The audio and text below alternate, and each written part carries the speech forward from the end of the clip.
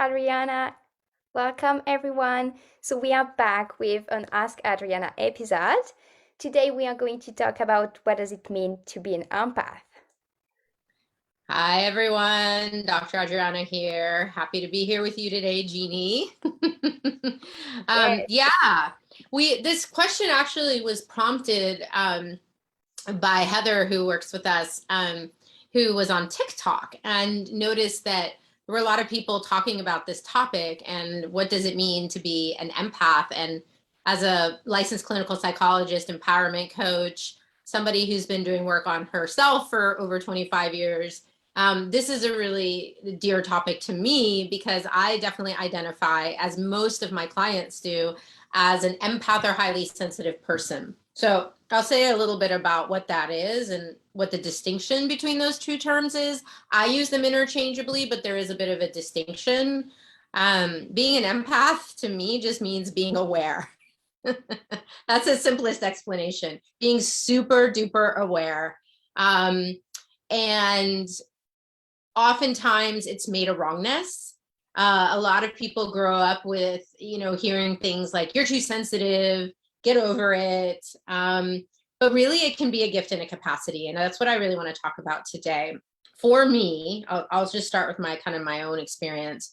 For me as a child, I was definitely highly sensitive. I was always picking up on what was going on around me, especially in my home. And my home was not, unfortunately, a very peaceful place. There was a lot of anger up until my parents got divorced when I was like 8. And up until then, it was pretty intense. And there was a lot of anger and a lot of fighting. And I can just remember, I have such a vivid memory of just sitting in the closet, I'd locked my bedroom door and I was hiding in the closet, like shaking and crying. Not because I was scared, but because I could feel the intensity of my parents screaming at each other and angry. And it was almost like overwhelming, like stimulus overload for my little system, my little body. So I was shaking and crying. And that's really like a survival technique. The shaking reminds me of the fight, flight, freeze response. I've talked about this before on the show. When we get, we all have a primitive part of our brain that helps us to survive. And the amygdala, the emotional center of our brain, is the part that's determining, like, as we scan our environment, for potential danger, we need to be able to do that, right? We need to know if there's a tiger creeping up on us that wants to eat us. It's a good idea to know that. The amygdala is always, our eyes are scanning and we're sensing. To me, like, being empathic is almost like our sixth sense, right? We can sense not just visually and auditory and with our touch, but we can also sense energy. We can sense the vibes. We can sense, when you walk into a room and like you get this creepy energy, or you're walking down the street and the hairs on your, back of your head stand up. Like, that's an important piece of information. Your body is telling you stuff. It's always trying to give you information.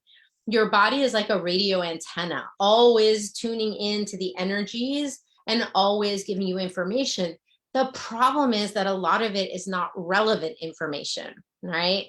And so what happened to me, for me, was that as I got older, I was also starting to pick up on other people's stuff, not just in like my family, but I was aware of what was going on with my friends and the teachers at school. And I lived in New York, so walking down the street and all of that. And at some point it got to be overwhelming. And I remember in college, yes, there was a lot of partying and all of that, but I also could see how, like, in retrospect, I can see how the drugs and alcohol of my partying days was also about numbing that or an attempt to numb that awareness. And I talk about this a lot because I'm a clinical director at a drug and alcohol rehab.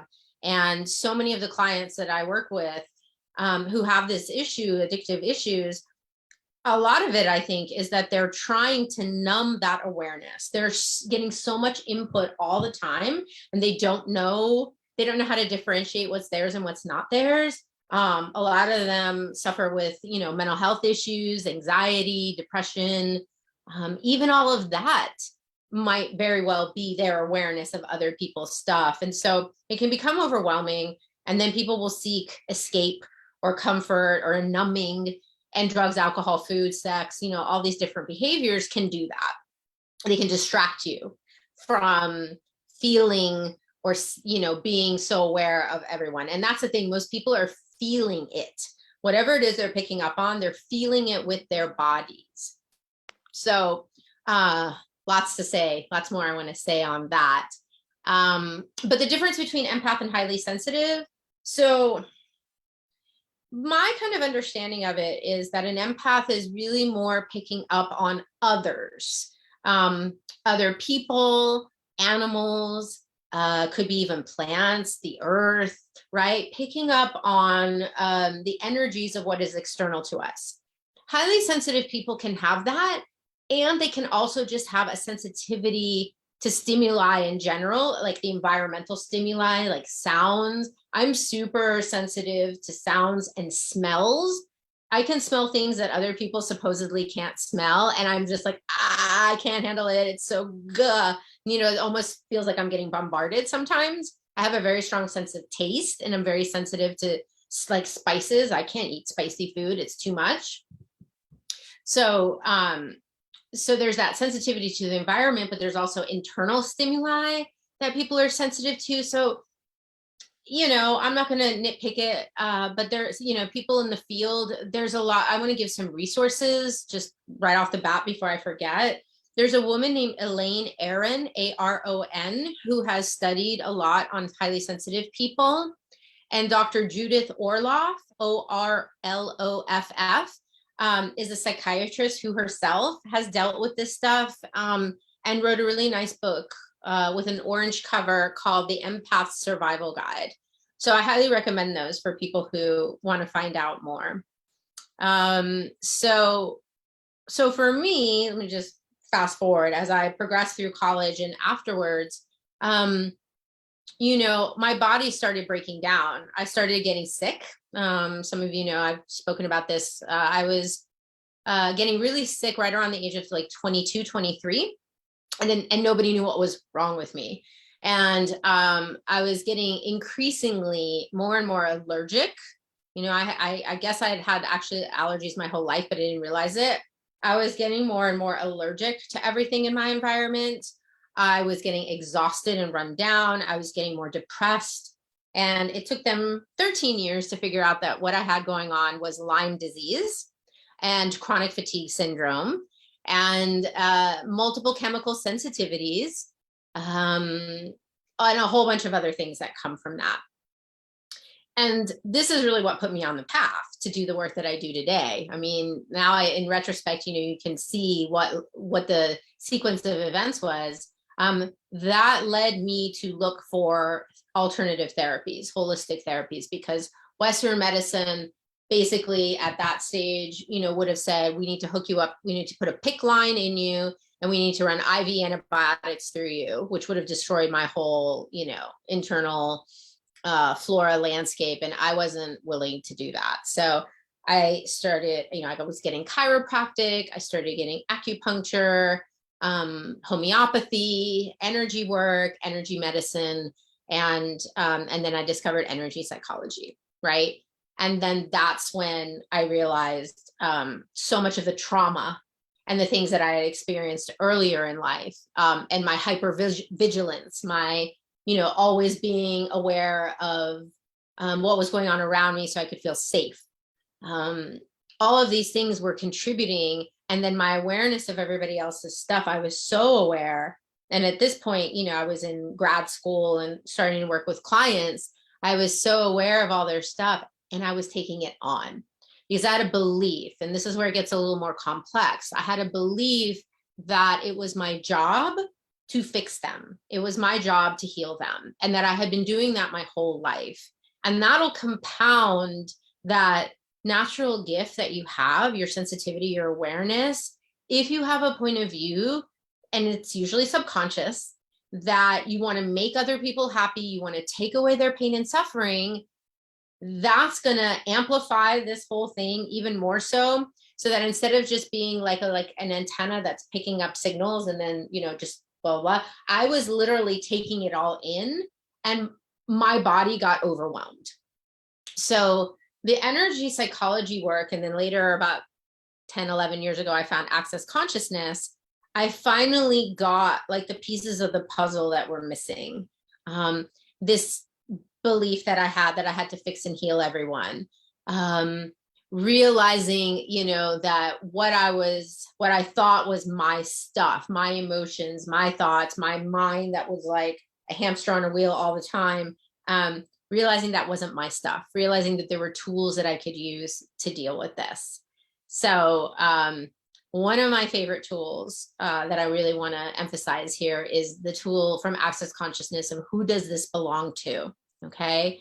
Who does this belong to is one of the most powerful tools you'll ever use, because it gets you to finally become aware of what is going on and what you're aware of.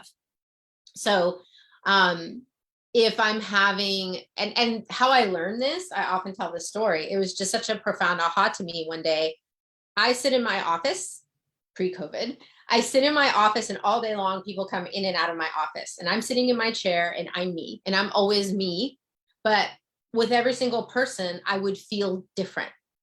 I would feel really like nervous and crawling out of my skin with some people. With other people, I'd be like, oh my God, I can't even keep my eyes open.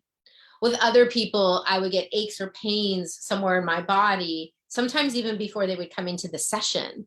And I would, and my knee would start hurting or something. And I'd be like, what happened? Did I twist my knee? Did I fall down? Why is my knee hurting? And then someone would come in and say, oh, my knee's been bothering me.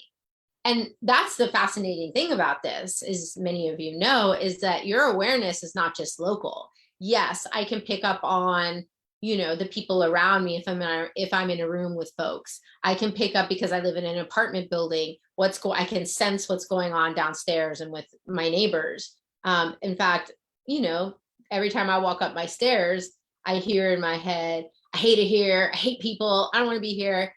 That's somebody else's stuff, right? And it's like clockwork. The minute I will start walking up the stairs, I'm tuning in to somebody that's not very happy to be here. So yes, it's local and in physical proximity, but what we know now from quantum physics is that it can also be non-local. Like those stories you hear about someone, a mother starts feeling a pain in her side, and then she comes to find that her son, who's halfway across the country, is his appendix just burst, so she can sense that. Or twins who are, separated by great distances have this sort of telepathic sense, they can pick up on each other. But it's not just people who are intimately connected. Yes, we tend to be more attuned to the people that we're in relationships with, but it could be anybody. I mean, they do research studies. There's a fascinating book called, it's Dean Radin, Radin. He is a researcher with IONS, the Institute of Noetic Sciences, Entangled Minds, right? This whole idea, Rupert Sheldrake actually put this out, that this idea that we, morphic fields, like the energy that we generate, right? Thought and emotions are energy, and energy happens in waves, right? Radio waves, microwaves, light, infrared, right? Every energy is a wave. So he postulated that when we're thinking, when we're feeling, it's like, those waves, that energy we're generating doesn't just stop at our body, right? It isn't like there's not this artificial, it keeps going. And so we can pick up on the morphic fields of people around us.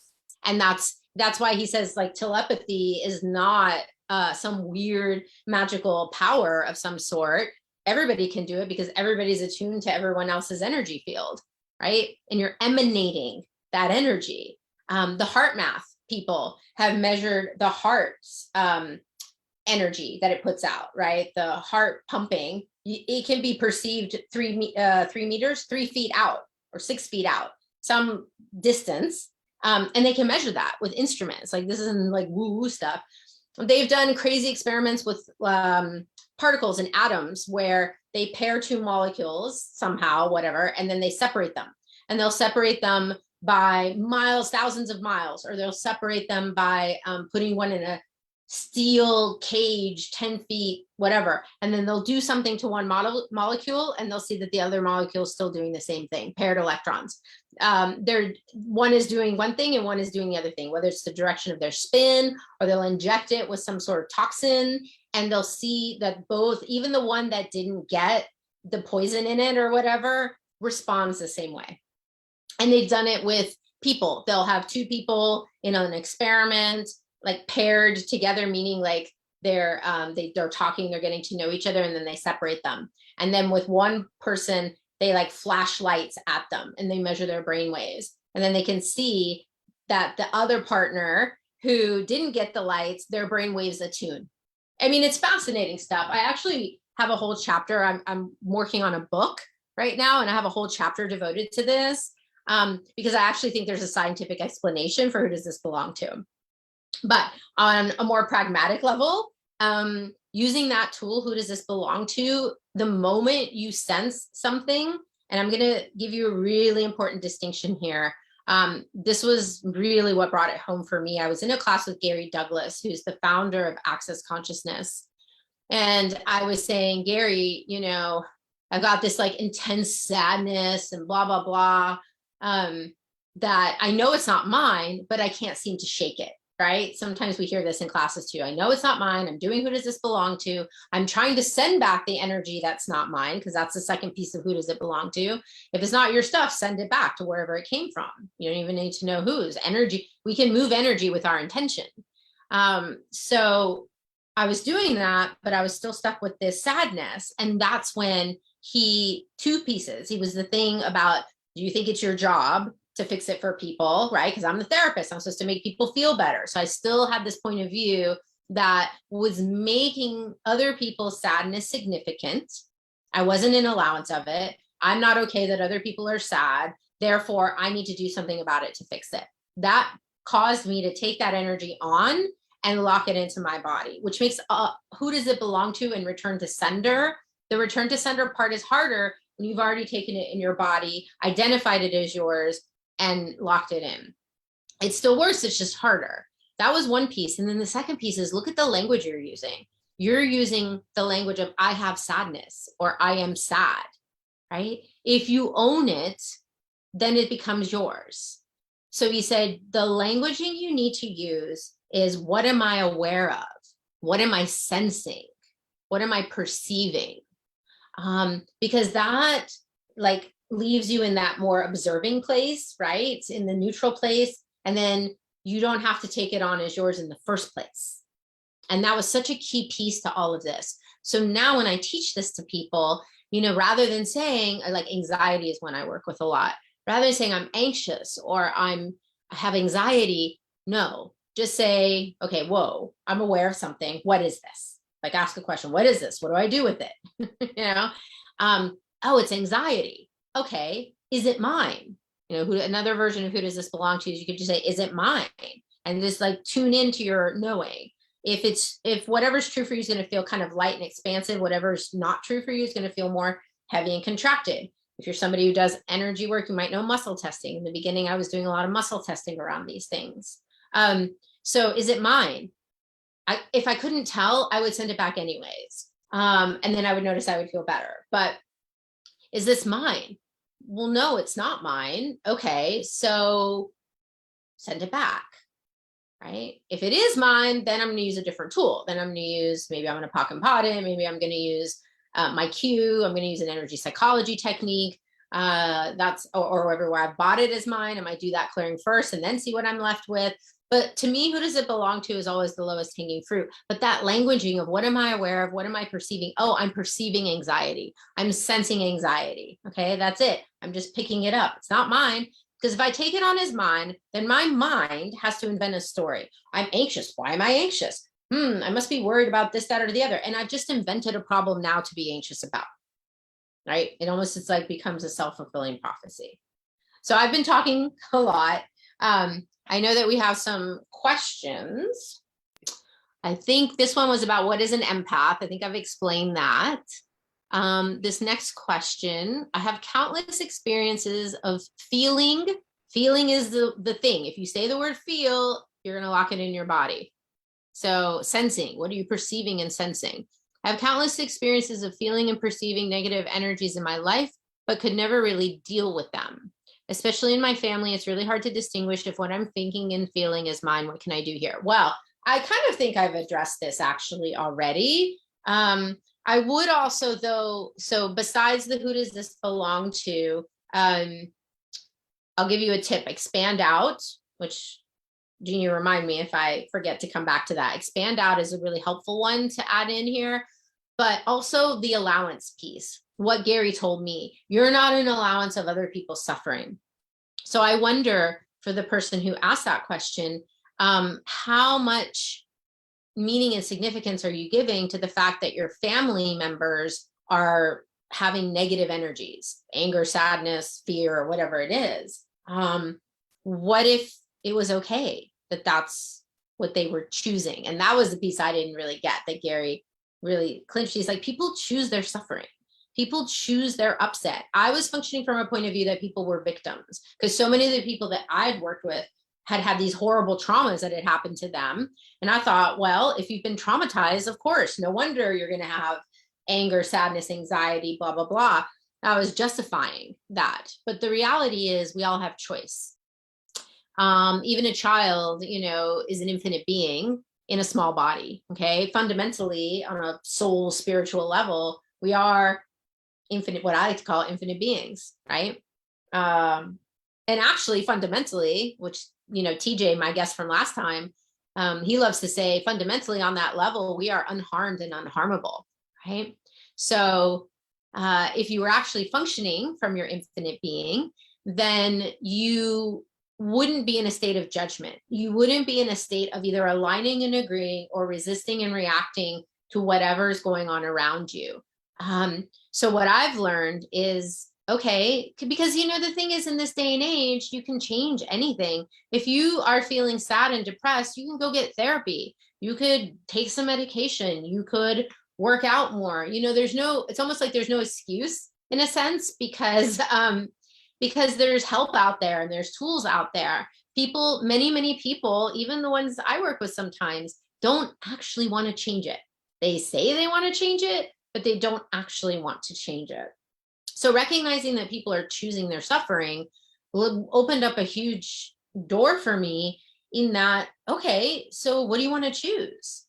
So to that person, I would ask, I would invite them to look at, what is your family choosing? And are you either aligning and agreeing with that or resisting and reacting to it? Or do you know that another possibility is available? Boy, and you cannot make someone else choose. We have an expression we use a lot at the rehab.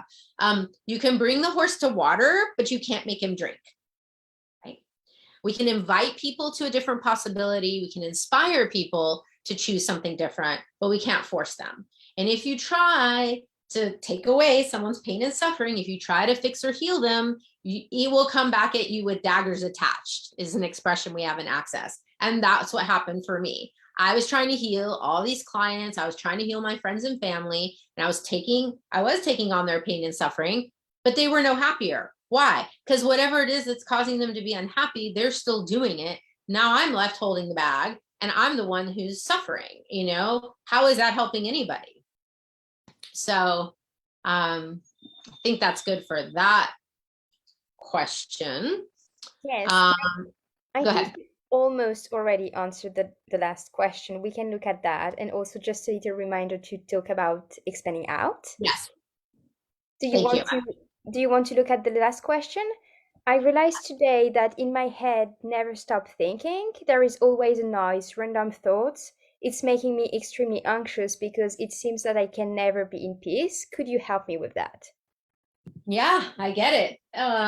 So I think the same tools are relevant. Is it your head that's thinking, or is your head like a super antenna picking up on everybody else's thoughts? So a lot of times with empath, people focus on feelings, emotions. Feelings are actually the physical manifestation of emotions. But we talk about emotions, we talk about feelings. We don't always talk about thoughts. but thoughts are just as valid here as all the rest. You're picking up on other people's thoughts all the time. I can remember being in a store, and it's happened more than once, where I'm in a store and I'm like, ooh, I could just take this thing and put it in my pocket. And I'm like, why would I do that? That's not true for me. I'm not a shoplifter. I have no interest in doing that. I have no interest in getting caught. I have the money to pay for this. Why would I do that? And I realize, who does it belong to? I'm picking up on somebody else's, nefarious criminal mind who wants to steal something. That's not my stuff. So I think the same tool applies. Who does this belong to? And there's an app for your phone. If you guys don't know, Access Consciousness has a free app called Who Does This Belong To? We put a link in the comments section that will give you like basically a prompt, like a little notification many, many times a day to get you to stop and ask, who does this belong to? In Access Foundation classes, we actually say to do that tool, who does this belong to, for every thought, feeling, and emotion that you have for 3 days, and see what that creates. You'll really get a sense for how the vast majority, if not pretty much all of it, is other people's stuff, not yours. And that can be hugely liberating. The other one that I'll leave you with, the other tool that I find so helpful for all of this is expand out. Expanding your energy field out not only allows you to get more access to that, soul, spirit, infinite being self, it also, I think, gives you more clarity around stuff. So if you're using who does this belong to and you don't have the clarity, expand out, get as big and infinite as you possibly can, and then ask your question again. So how it goes, and I can walk people through this here. I think that would be a nice way to end it. I do it a little bit more meditatively when I'm leading others. For myself, I can do expand out like that, and just boom, my energy field just goes infinite. We can do it that way. And we can also do it more meditatively. So I invite people to imagine, you can close your eyes or not, but imagine that your energy that fills your body expands out beyond your body, and it fills the room that you're in. And then imagine that it expands out even more, and it's going in all directions, and now it's expanding out to fill the whole building. And then let it go outside beyond the building and down into the earth and up into the sky until you're as big as the whole street or block. And then you get even bigger until you're as big as your whole city or town. And then get as big as your whole country. And then get as big as the whole planet. And then keep expanding out, now moving out into the solar system, past the sun, past all the other planets, out into the galaxy, moving through all the hundreds and thousands and millions and billions of other galaxies, all the way out into the infinite reaches of the universe. And then notice how much more space there is. Most of the time when you get to the space, it gets a lot quieter. You might still pick up on other people's thoughts, feelings, and emotions, but how relevant is it? Right? Is it relevant? Such a gift Gary gave me when he said, what are you aware of? Is it relevant? Do you need to do anything with it? Expanding out can give us that perspective, give us that clarity that, oh, isn't my stuff? Don't need to do anything with it. I can be me. This is the space of my being. And the more that I can stay in this space, the less affected I am by other people's stuff. So for me, this expand out, I try to be in the space as much as possible, especially if I'm around people, especially if I'm around intense people. If I'm in crowds, if I'm on an airplane, if I'm on in the airport, or at a concert or something, I expand my energy out. And when I notice myself contracting, I have to push back out again.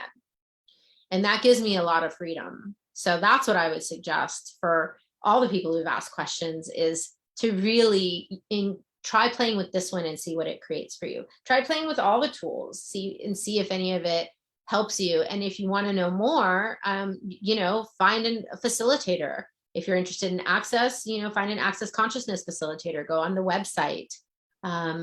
There's tons of videos. Find out more about this tool. Dr. Dane here, the creator of Access, has created a ton of videos on who does this belong to, expand out, and other kinds of tools. And there are classes you can take. Access bars is great, or other kinds of hands-on energy work where we're releasing all that, electromagnetic charge that's getting created by these thoughts, feelings, and emotions, the stuff we've locked in our body. Bars and other kinds of energy work will allow us to release that as well. We don't just have to do it, with who does this belong to or whatever. There are other ways to release energies we've taken on. So I hope that was useful for people. I know it's a ton of information. I always try to jam in as much information as I can, but I hope that this has been helpful. If you guys want to find out more about me and my work, you can go to my website, adrianapopescu.org. And I have lots of, stuff going on. I have the podcast, Kaleidoscope of Possibilities. I have a couple of workshops coming up, so you can feel free to check out. Yeah, I'm going to be doing a call on conflict. Is it possible to have a conflict-free life? That'll be one coming up January 19th, a week from today. So yeah, I would love to have some of you all on that as well. You can check out my website for details. Anything else, Jeannie?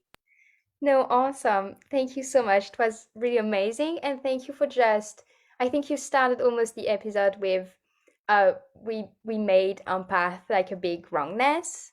Yeah. And I think you opened a lot, and it does have to be with like all the tools that you gave and all the resources. So thank you. That's amazing.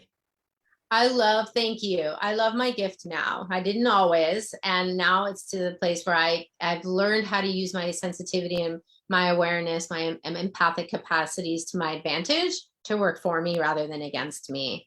So I wish the same for everyone else as well. Thanks for tuning in, guys. Thank you so much. Bye, everyone.